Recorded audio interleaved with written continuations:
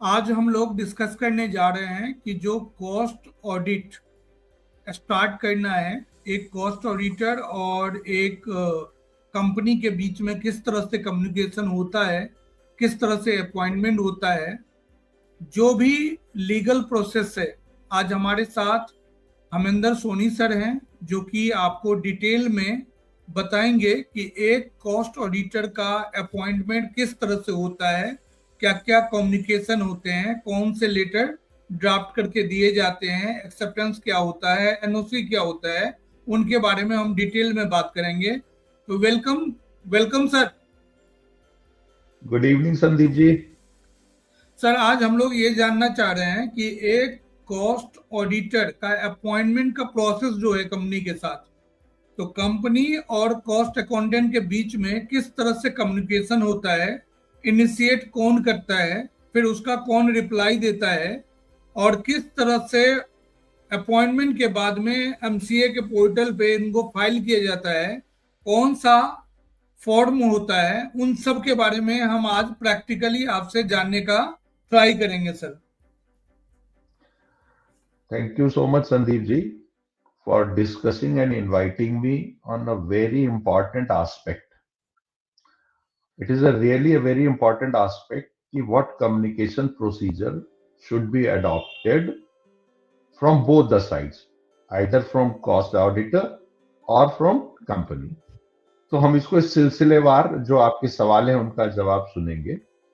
हमने इससे पहले के उस वीडियो में सेशन में हम लोगों ने पढ़ा था कि एप्लीकेबिलिटी ऑफ कॉस्ट ऑडिट क्या है। तो पहले मैं संदीप जी चाहूंगा कि पहले हम इस प्रोसेस को बता दें, उसके बाद हम लोग उन लेटर्स के फॉर्मेट्स को शेयर करेंगे जिससे पता चल जाए कि फॉर्मल कम्युनिकेशन कैसे और किसके किसके बीच में होना चाहिए। ठीक है? Yes sir. तो अभी मैं कंपनी के पॉइंट ऑफ व्यू से बोलता हूं। कंपनी ने ये देखा कि उस पर एप्लीकेबिलिटी कॉस्ट रिकॉर्ड की है या कॉस्ट रिकॉर्ड के साथ साथ कॉस्ट ऑडिट की भी एप्लीकेबिलिटी।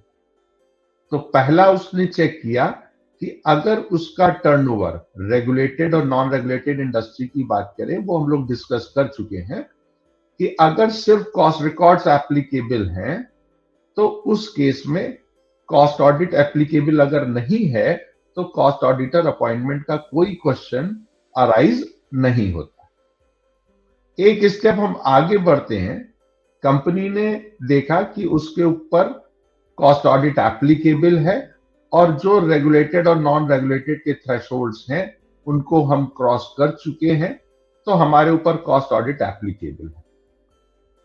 जब कंपनी ने देखा कि इसके ऊपर कॉस्ट ऑडिट एप्लीकेबल है, तो सबसे पहला काम कंपनी क्या सोचती है कि कॉस्ट अकाउंटेंट या कॉस्ट अकाउंटेंट फर्म को ढूंढा जाए और उनके से संपर्क स्थापित किया जाए जिससे हम उनको अपॉइंटमेंट के लिए कर सके। तो वो कॉस्ट अकाउंटेंट्स या कॉस्ट अकाउंटेंट फर्म को अप्रोच करते हैं।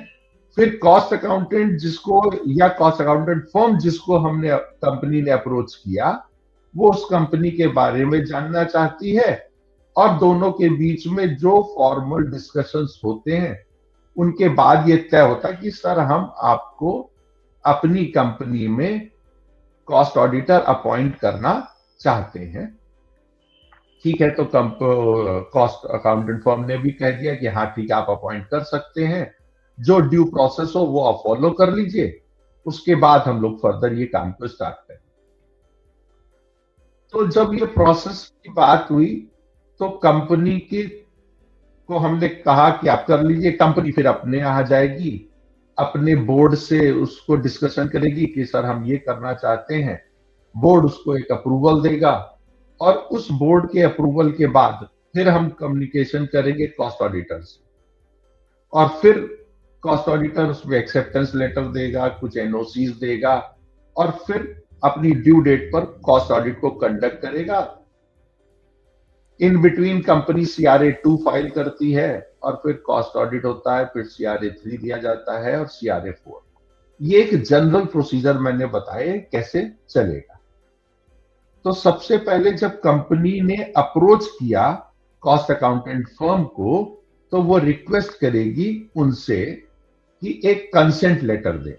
संदीप जी, मेरी आपसे एक रिक्वेस्ट है कि वो कंसेंट लेटर जो पहला है, communication on the letter head of the company to cost auditor, अगर हम उसको साथ में रखेंगे तो ज्यादा अच्छा होगा, लोग ज्यादा अच्छे से समझ पाएंगे। ये पहला कम्युनिकेशन लेटर है which takes place between company and cost auditor, और अभी हम उसको यूं कहें कि कॉस्ट अकाउंटेंट या कॉस्ट अकाउंटेंट फर्म के बीच में।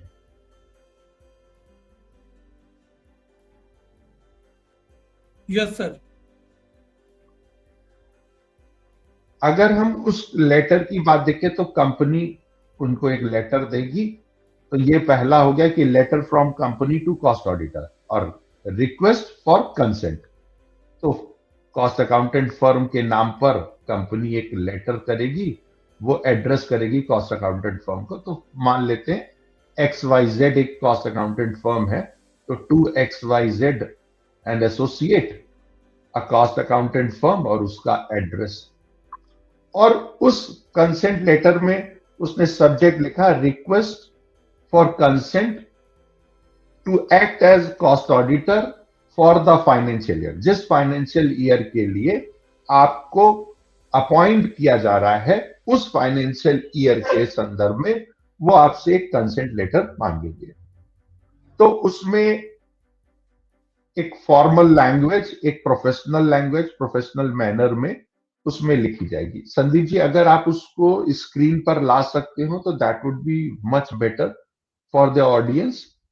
तो उस लेटर में हम देखेंगे कि हमने लिखा, एड्रेस किया, डियर सर और ma'am, we wish to inform you that board of directors of a company, मतलब क्योंकि बोर्ड ऑफ डायरेक्टर्स ये चाहते हैं, तो board of directors of a company is considering your firm for appointment as a cost auditor for the financial year this and this.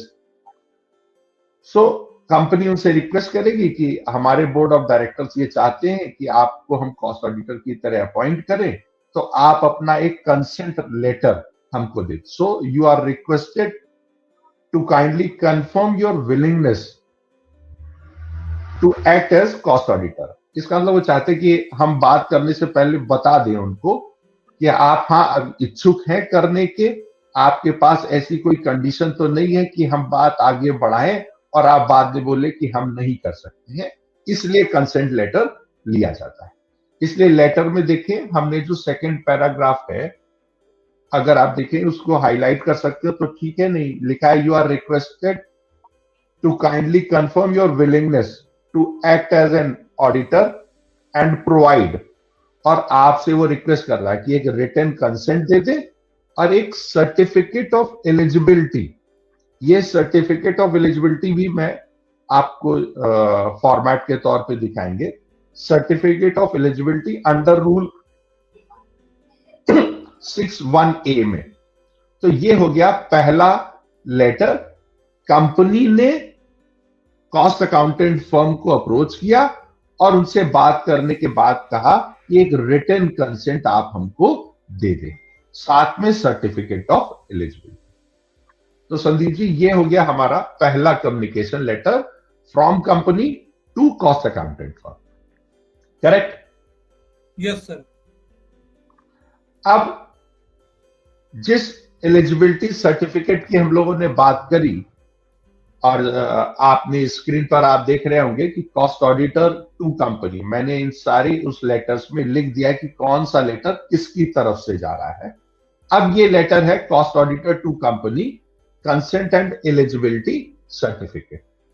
अब जो firm या जो कॉस्ट अकाउंटेंट जिसने कंसेंट लेटर दिया था, अब एलिजिबिलिटी सर्टिफिकेट देते समय वो किसको एड्रेस करेगा? वो कंपनी के बोर्ड ऑफ डायरेक्टर्स को एड्रेस करेगा इस लेटर को, और उसमें लिखेगा सब्जेक्ट क्या है कि हम कंसेंट दे रहे हैं, साथ में एलिजिबिलिटी सर्टिफिकेट भी दे रहे हैं। तो सब्जेक्ट में we have mentioned consent and certificate of eligibility for appointment as cost auditor. फिर हमने लिखा डियर सर एंड मैडम। जिस कभी भी जो फॉर्मल कम्युनिकेशन होता है उस कम्युनिकेशन को और बेहतर बनाने के लिए हमेशा अपने प्रीवियस लेटर का, प्रीवियस कम्युनिकेशन मोड का, उसका रेफरेंस जरूर हमको उस लेटर में देना चाहिए। तो हमने लिखा कि with reference to your communication head या with reference to your letter dated this and this, जिस डेट में आपने कंसेंट लेटर की बात हुई थी कंपनी से, we hereby give our consent to act as an cost auditor of a company for the financial year, जिस भी फाइनेंशियल ईयर के लिए। और हमको कंसेंट क्या देनी है, एलिजिबिलिटी की कंसेंट देनी है। तो we are eligible for appointment. तो जब बात आती कि हम एलिजिबल हैं अपॉइंटमेंट के लिए, इसका मतलब किसी एक सेक्शन में ये दिया होगा कि एलिजिबिलिटी क्राइटेरिया क्या होता है, और या हम क्वालिफाइड या नॉट क्वालिफाइड तो नहीं है। तो हमने लिखा we are eligible for appointment and not disqualified under section 141 sub section 3 of the companies act 2030 के हिसाब से हम नॉट क्वालिफाइड नहीं है, मतलब हमारे अंदर ऐसी कोई भी चीज नहीं है जो हमें डिसक्वालीफाई करती है। तो पहला हमने इस बात का एलिजिबिलिटी सर्टिफिकेट दिया। दूसरा, our appointed is within the specified limit. हमारे पास एक कॉस्ट अकाउंटेंट को साइन करने के लिए कुछ सर्टेन लिमिट्स हैं कि इससे ज्यादा हम रिपोर्ट्स को साइन नहीं कर सकते हैं।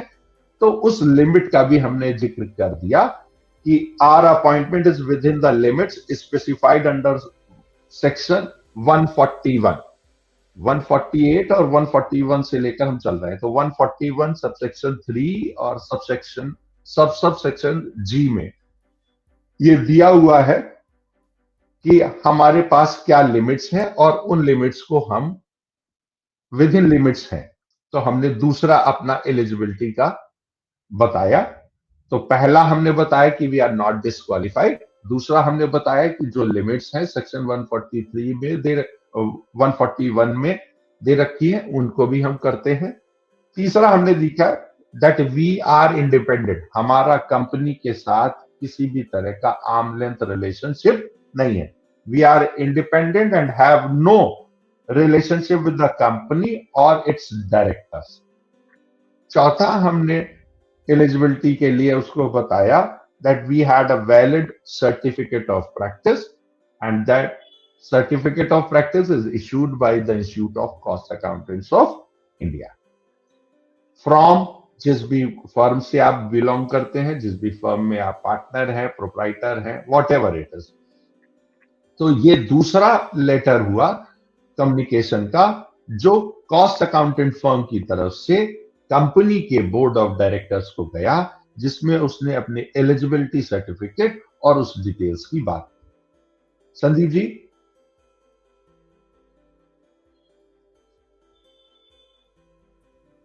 Yes sir.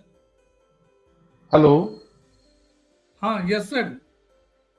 अब कंपनी के पास लेटर पहुंच गया बोर्ड ऑफ डायरेक्टर्स को। अब वो बोर्ड ऑफ डायरेक्टर्स के पास ले जाएगा और उनसे बात करेगा कि उसका अप्रूवल हमको कर दे। अगर बोर्ड बोलता है ठीक है, उस बोर्ड ऑफ अप्रूव जब करेगा तो उसमें फर्म का नाम होगा, किस साल के लिए किया जा रहा है, क्या स्कोप ऑफ वर्क है, उन सारी चीजों की बात वो उसमें करेगा।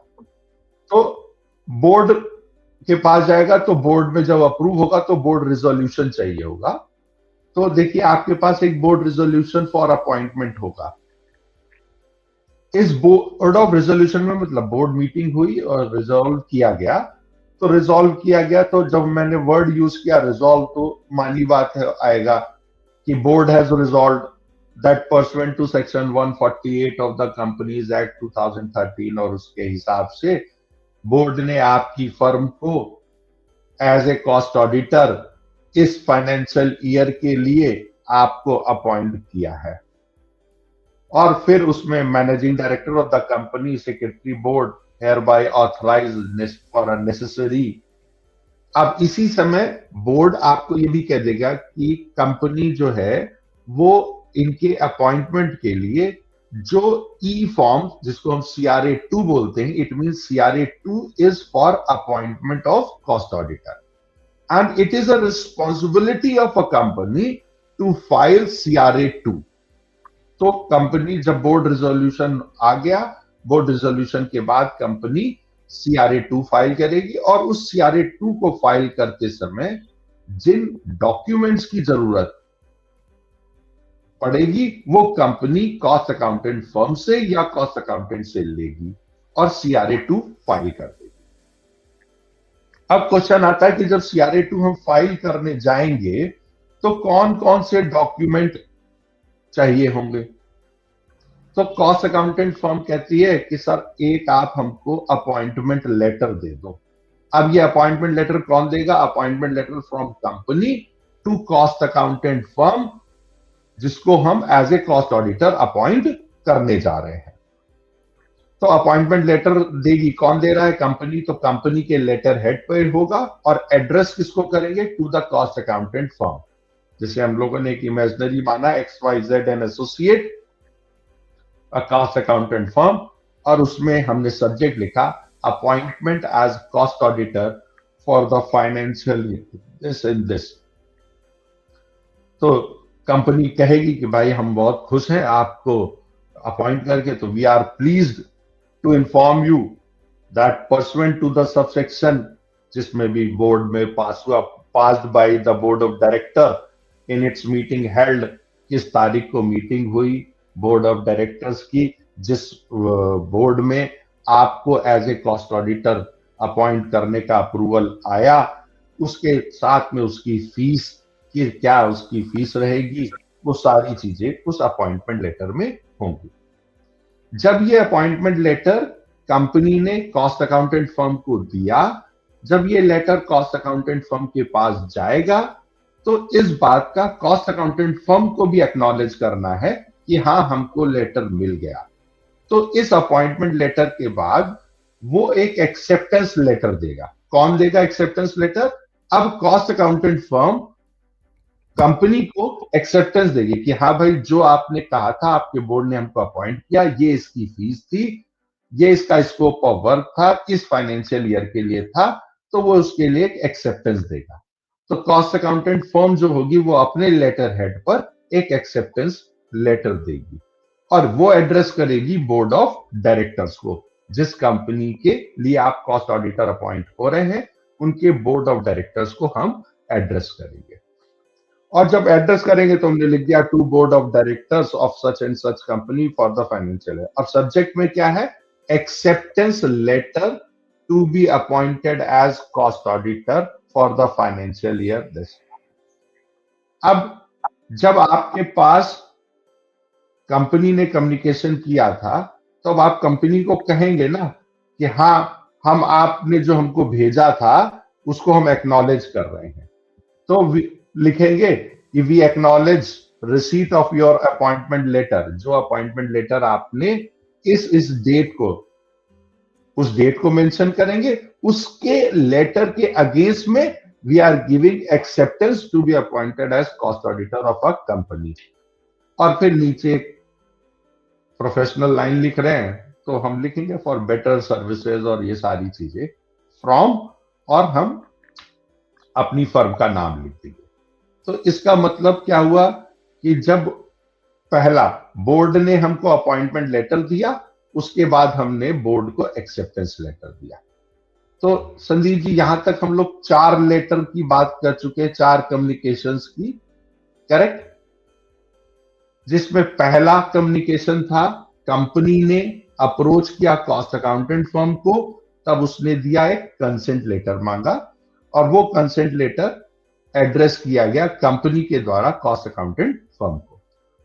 दूसरा, उन्होंने कॉस्ट अकाउंटेंट फर्म ने जो पहले लेटर में एलिजिबिलिटी की कंडीशन फुलफिल कर रहे हैं नहीं कर रहे, एलिजिबिलिटी सर्टिफिकेट, तो दूसरा कम्युनिकेशन कॉस्ट अकाउंटेंट फर्म की तरफ से हुआ कंपनी को एलिजिबिलिटी बताते समय। फिर तीसरा, जो कंपनी और कंपनी के बोर्ड के बीच का कम्युनिकेशन है, बट कई बार कंपनियां कहती है कि सर बोर्ड ऑफ रेजोल्यूशन बनाकर आप दे तो हम साइन करा देंगे डायरेक्टर से, तो इसीलिए हमने बोर्ड रेजोल्यूशन का एक फॉर्मेट दिया। तो ये कम्युनिकेशन कंपनी और उसके बीच में कि बोर्ड ने आपको अपॉइंट कर लिया और इस फर्म को कर लिया। उसके बाद फिर कंपनी ने आपको एक अपॉइंटमेंट लेटर, ये कम्युनिकेशन है, कंपनी ने अपॉइंट किया कॉस्ट अकाउंटेंट फर्म को, तो कंपनी ने लेटर इशू किया। इस अपॉइंटमेंट लेटर को आप एक्नॉलेज करते हैं, तो उसके लिए अब कॉस्ट अकाउंटेंट फर्म एक एक्नॉलेजमेंट की तरह एक एक्सेप्टेंस लेटर देगी दैट वी आर रेडी, हमने आपको जो अपॉइंट किया है हम इस बात को एक्सेप्ट करते हैं। ठीक है संदीप जी? Yes sir. तो यहां तक हुआ कि हमारा अपॉइंटमेंट हो गया। एक सर हम लोग डिस्कस करना चाहते हैं आपकी एनओसी आवाज के बारे में। कट रही है संदीप जी। एक सर हम लोग डिस्कस करना चाहते हैं एनओसी के बारे में। आपकी आवाज बहुत कट रही है संदीप जी। हेलो। एक सर हम लोग एनओसी के बारे में बात करना चाह रहे हैं। हाँ बिल्कुल, हम वहीं पे जा रहे हैं। अब जब डेट अपॉइंटमेंट लेटर एक्सेप्टेंस हो गया, तो उसी समय एक एनओसी आई। मान लीजिए उस कंपनी, ये तब आएगा कि अगर वो कंपनी पहले से कॉस्ट ऑडिट करा रही थी और किसी कॉस्ट अकाउंटेंट फर्म या कॉस्ट अकाउंटेंट से करा रही थी, तभी आपको एनओसी प्रीवियस कॉस्ट ऑडिटर से लेनी होती है, उसको इन्फॉर्म करना होता है। और ये काम भी जो है वो कंपनी एनओसी लेकर देती है। और उस एनओसी के अपने सर्टेन है कि हमने फीस पिछला ऑडिटर जो ले रहा था उससे कम चार्ज नहीं करी है, और प्रीवियस ऑडिटर को इसमें कोई आपत्ति नहीं है कि आप ऑडिटर अपॉइंट हो रहे हैं, तो ये नो ऑब्जेक्शन सर्टिफिकेट। लेकिन अगर कंपनी पहली बार करा रही है तो उस केस में एनओसी का कोई भी औचित्य नहीं बनता। अब इन सारे कम्युनिकेशन के बाद में जब ड्यू डेट आएगी तो कॉस्ट ऑडिट कंडक्ट होगा, फिर कॉस्ट ऑडिट रिपोर्ट होगी, फिर CRA 3 जिसको हम कॉस्ट ऑडिट रिपोर्ट बोलते हैं, फिर उसकी XBRL फाइलिंग के लिए CRA 4 होगा। तो ये एक फॉर्मेट है कम्युनिकेशन का between company and a cost accountant firm और अ कॉस्ट अकाउंटेंट जिसको हम कॉस्ट ऑडिटर की तरह अपॉइंट। जी संदीप जी, उम्मीद है कि मेरी इस बात। जी सर, ये जो सारी कम्युनिकेशन होती है और अपॉइंटमेंट हो जाता है, तो क्या कंपनी को रिक्वायर्ड होता है कि जो कॉस्ट अकाउंटेंट का अपॉइंटमेंट हुआ है उनको MCA पोर्टल पे डालें? कोई फाइलिंग जब हम होती है? CRA 2 की जो मैंने बात करी कि जब बोर्ड से ये रिजॉल्व हो गया तो बोर्ड ने कहा अपने यहाँ कि आप इनके अपॉइंटमेंट के लिए जो MCA पे फॉर्म जाता है जिसको हम CRA 2 बोलते हैं, जो कि होता है अपॉइंटमेंट ऑफ कॉस्ट ऑडिटर के लिए, वो फाइल करें। वो फाइल करने के बाद कंपनी फिर उस कॉस्ट अकाउंटेंट फर्म को, क्योंकि जब हम CRA 2 फाइल करते हैं तो उसका एक SRN नंबर जनरेट होता है, और वो SRN नंबर हमको अपनी कॉस्ट ऑडिट रिपोर्ट में मेंशन करना होता है। तो वो कम्युनिकेशन के तौर पे भी कंपनी बताती है कि सर CRA 2 फाइल हो गया, अब ये पक्का हो गया कि आपका अपॉइंटमेंट हो गया और हमने MCA में ऑलरेडी इन्फॉर्म कर दिया। सर, ये इसका कोई टाइम लिमिट है? कौन से मंथ में ये कॉस्ट ऑडिटर अपॉइंटमेंट होते हैं? क्या रूल्स हैं? कंपनी में जब कॉस्ट अकाउंटेंट अपॉइंट होते हैं तो 30 सितंबर तक, मतलब end of the financial year जिस पर एप्लीकेबल है उसके 30 सितंबर तक CRA 2 फाइल हो जाना चाहिए। मतलब 30 सितंबर से पहले पहले फाइल हो जाना चाहिए, फिर वो नेक्स्ट ईयर कॉस्ट ऑडिट कर पाएगा। करेक्ट। कॉस्ट ऑडिट कंप्लीशन का क्या डेट होता है सर? कॉस्ट ऑडिट कंप्लीशन के लिए वो बोलता है 180 दिन, जब फाइनेंशियल ईयर एंड हुआ उसको आप करेंगे तो वो आएगी 27 सितंबर, और हम ये समझते हैं कि वो 30 सितंबर, तो 27 सितंबर तक कॉस्ट ऑडिटर उसको साइन करके रिपोर्ट सबमिट कर देगा। जिस दिन रिपोर्ट साइन होगी। जी, एक दो क्वेश्चन और हैं, पहले आप कंप्लीट कर लीजिए इसको। हाँ, और जिस दिन कॉस्ट ऑडिटर ने साइन किए उसके 30 दिन के अंदर उसका XBRL फाइलिंग हो जाना चाहिए CRA 4 की। जी पूछिए Sandeep ji. Sir, financial audit होने के बाद कॉस्ट ऑडिट होता है या हम पहले भी कर सकते हैं? संदीप जी ये क्वेश्चन थोड़ा ट्रिकी और टिपिकल है। नियमता ऐसा कहीं ये नहीं लिखा है कि ऑडिटेड फाइनेंशियल स्टेटमेंट के बाद ही आपको कॉस्ट ऑडिट करना चाहिए, बट कंपनियां जो हैं वो ये करती हैं कि कॉस्ट हमारा स्टैट्यूटरी ऑडिट हो जाए फिर कॉस्ट ऑडिटर उसको करे। बट हम कहीं पढ़ेंगे तो ये नहीं लिखा है कि ऑडिटेड फाइनेंशियल स्टेटमेंट्स के बाद ही कॉस्ट ऑडिट शुरू होता है। ये एक पैरेलल एक्टिविटी होनी चाहिए कि स्टैट्यूटरी ऑडिटर कर रहा है और साथ में कंपनी के रिकॉर्ड्स बनते जा रहे हैं और फिर हम ऑडिट करते हैं। और तो हम इसीलिए लोगों ने सर, मिसकंसेप्शन, जी यस यस बोलिए सर।